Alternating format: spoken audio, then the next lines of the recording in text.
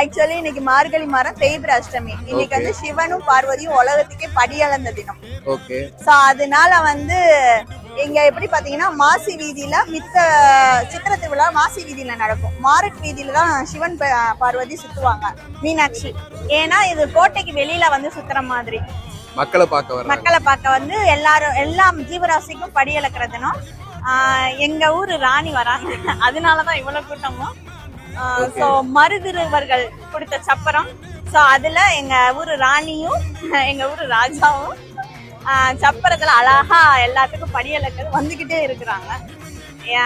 எல்லாமே எங்க எப்பயுமே சப்பரம் வரப்ப மழை பெய்யும் மதுரையில மட்டும்.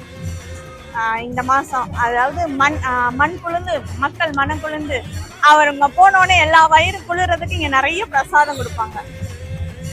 அது எந்த ஊர்ல இல்லாத சிறப்பு எங்க ஊர்ல.